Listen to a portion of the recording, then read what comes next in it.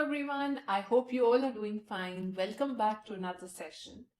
We are going to finish chapter 11, Buildings, Paintings and Books. So in the previous sessions, we talked about the Arjun Pillar, we talked about Qutub Minar and even talked about buildings in bricks and stones. I talked about different architectural designs that stupas had. I even talked about their gateways. I talked about how well they are, how old were they, especially about Amravati, and a bit about temples also.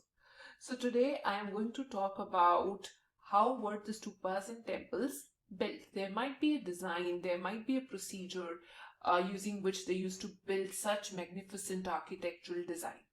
So the first step they used to do before you get started with any building, the first thing that kings and queens, because this magnificent design of stupa needs a lot of money, and the treasure was thrown, money was paid by the rich people, especially the kings and queens, to the craftsmen who worked on these splendid structures for days together, day in and day out. So the first thing they asked those craftsmen to do is to find good quality stones. That is the first thing that you need to do, to find good quality of stones, because the stones are being used for various purposes. So after you find good quality stones, then after that you need to transport it to the location where you need to build that stupa. Third thing is you need to carve it out. You need to carefully bring out the rough blocks of stones and carve it into something very, very beautiful so that they could be used for different purposes. They could be used for the pillars, they could be used for the panels of the walls, or for the ceilings, for the roof. That is how it is. Then once all of this is done, then you need to place it right. That means you need to place it one above the other, right here. It could be the mud, it could be the precious stones.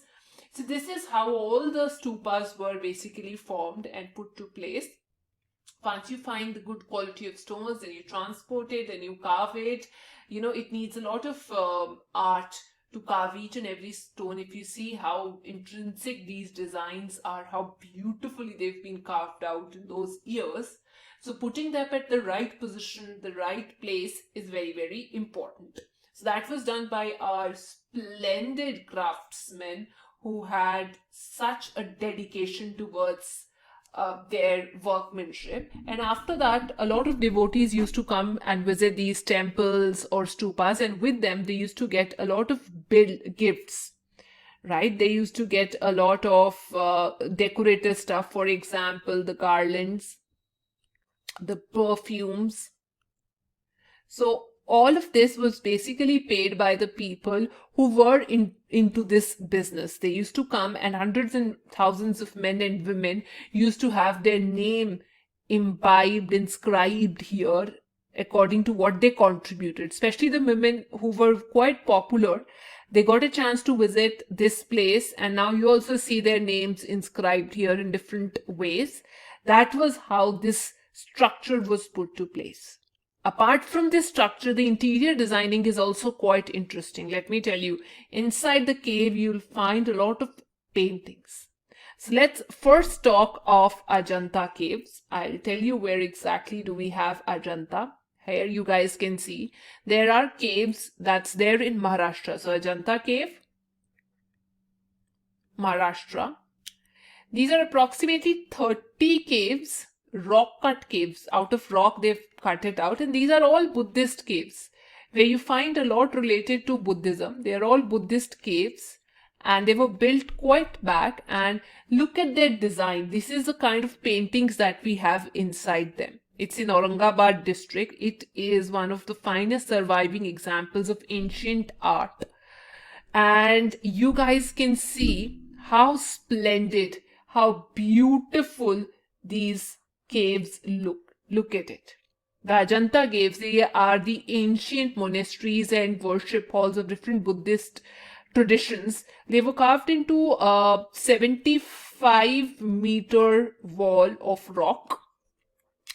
And apart from these caves that were built out of the hills for over centuries, they have very, very good lighting inside them, in the sense that, like you can see the paintings, but back then we didn't have the lights. So all those artists, craftsmen, painters, who made such beautiful designs of plants, minerals, splendid workmanship, they used to take with them some source of light, maybe torch, to use all those colors. And these designs even survive today. Can you see these beautiful paintings? They even survive till date. It talks about the pictorial tales from Jakarta, from Jatakamala.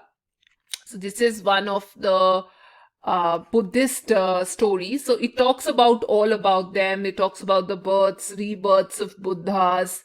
And, a lot of people used to come, and during the monsoon, the monks used to rest in these caves. So that is the place. And then they used these craftsmen to bring out this splendid work of art.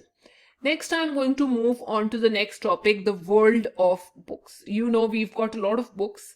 Some of the epic books of these times, they've got long history descriptions to talk of. For example, let me talk of one of the most important Tamil epics. Epic basically means a story that has been formulated years, and that was generally that was formed years and years ago. So it talks about long poem, right, that people used to recite orally, and that translated into a story. So it is basically based on ancient oral tradition that moves on from generation to generation. And it is very, very long. So one of the most important Tamil epic is Sila Padikaram. It is one of my favorite. It is written by the poet. As I told you, it's a long poem. So it's written by a poet, Ilango, around 1800 years ago. That is the time period. I hope you all know where is Tamil Nadu, where you've got Kanyakumari right here. This one, the state that borders Sri Lanka, right? That connects us to Sri Lanka. So we've got this story from Ilango. And this story is about a merchant whose name is, it's a very interesting story, guys. You know what? This is about a merchant whose name was Kolavan. And he lived in Puhar. This person, he was married, and he lived with his wife at Puhar. Puhar is a very small town, again in Tamil Nadu itself, because it's based on Tamil Nadu. And out of nowhere, he fell in love with one of the ladies from the court, whose name was Madhavi. And he started to neglect his wife. He fell in love with Madhavi, and he started to neglect his wife, or not talk to his wife, whose name was Kanagi. So Kanagi became very, very upset. He said, how can you do this, Kulavar? Let's leave this place. So both of them, they left Puhar. And then came a person, a jeweler from the court of Pandyas. I'll show you this area here. From these Pandyas kingdom, there came a jeweler, and he accused this person who fell in love with one of the ladies from the court, Kolavan. He was wrongfully accused, and this person was sentenced to death. After that, guys, this wife who was so much in love with Kulavan, it is said that she destroyed the entire city of Madurai. Can you see this Madurai right here? She set it on fire, and to take revenge of her of the injustice of the death of her husband, she destroyed the entire city out of grief, out of anger. So this is one of the most famous Tamil epic that we have, written by Ilango. There are more epics related to this. For example, I have Mani Mekalai. It was composed by Satanar. It was composed around 1400 years ago. Like the previous one I talked of, it was 1800 years ago. It was 1400 years ago this was covered. And it talks about the daughter of Kovalan and his wife, whose name was Madhavi. he's got this beautiful, beautiful story written on both of them. And those beautiful, beautiful stories and written by these wonderful scholars have been preserved till date, and we find them in some form of manuscripts, the ancient text or so. But this is something I recommend you guys to read. We also learned a lot about Kalidas, who belonged to the Gupta period, and he used to write text in Sanskrit. Correct, guys? So I talked about three most important stories. The first one is Manimekalai, that was written by Satanar. Then I talked about Silapadi Karam, written by Ilango. It was all about the love story of Kolavan and Madhavi. And then I talked about Kalidas, and I even talked about Kolavan and his so-called wife whom he fell in love with, that they had a daughter. So they both, who were so-called in love, they managed to have a daughter also. And the city was, however, destroyed by Kolavan's wife. If you guys do not remember, his wife's name was Kanagi. That was his wife. She was his wife. Madhavi was so-called wife.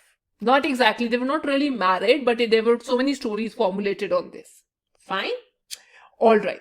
So now we are going to move on to the next part of the story, that is recordings and preserving old stories. As you know, we've got a lot of Puranas. These are the ancient texts that were written after the Vedic period. So we've got a lot of Puranas with us, and that talks about the Hindu religious stories. It talks about a lot of god and goddess. So let me write it here for you. Puranas literally means ancient, or it means old, right? So these contain stories about different god and goddesses who belong to Hindu religion: Vishnu god, Shiva god, Durga goddess, or Parvati, and talks about in detail how these people, how these gods were worshipped, how they managed to create the world, what contribution did they make, how did kings have their patronage towards them. So these Puranas, they were written in Sanskrit, right? And they're known for their intricate layers of symbolism. One thing talks about something that's depicted within the stories. So we have, as of now, broadly 18 Puranas with us. And these Puranas, just in case you guys are very curious, they were written and they were composed by Vyasa. Yes, the same person who composed Mahabharata also. So it is one of those contributions that this person made. And Puranas were written in simple Sanskrit because everybody wanted to read more and more stories, including the women or the outcast or the untouchables, right? So they were even recited in the temples. They were used in the temples. People used to come and listen to them. So next I am going to talk about two most important Sanskrit epic, a long story. But that we'll do in the next class. In case you guys like this session and want to learn more, please do not forget to like, share, and subscribe. Thank you.